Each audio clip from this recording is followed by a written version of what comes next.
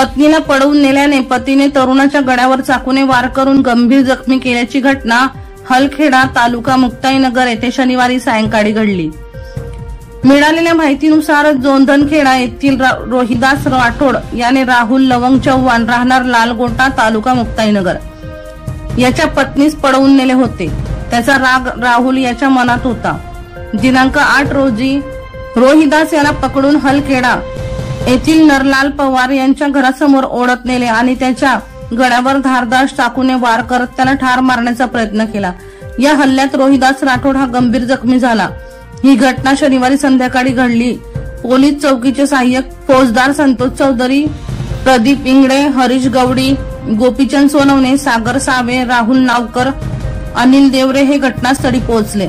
रोहिदास याला गंभीर अवस्थेत मुक्ताईनगर उपजिल्हा रुग्णालयात दाखल करण्यात आले।